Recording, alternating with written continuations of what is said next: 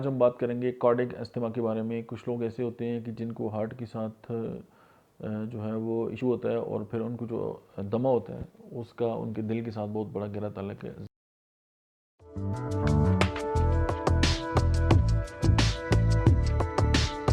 बिस्मिल्लाहिर्रहमानिर्रहीम, अस्सलाम वालेकुम। मेरा नाम डॉक्टर अहमद इजाज़ है और आज हम बात करेंगे कार्डियक अस्थमा के बारे में। कुछ लोग ऐसे होते हैं कि जिनको हार्ट के साथ जो है वो इशू होता है और फिर उनको जो दमा होता है उसका उनके दिल के साथ बहुत बड़ा गहरा ताल्लुक है। ज़ाहिर है फेफड़ों का तो वैसे भी बहुत बड़ा ताल्लुक है, लेकिन उसको हम कार्डियक अस्थमा अगर कुछ लोग जो हैं उनको डायग्नोज हो गया और वो अपनी कोई भी मेडिसिन इस्तेमाल कर रहे हैं तो उसके साथ होम्योपैथी की ये मेडिसिन ऐड करके देखें और फिर रिजल्ट देखें।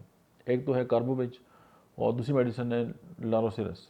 तो ये दोनों मेडिसिन जो है वो 30 में मिला के दिन में 3 से 4 बार मेडिसिन जो है वो इस्तेमाल करें 2 घूंट पानी में, तो जो कार्डियक अस्थमा है उससे उनको निजात मिल जाएगी। Thank you.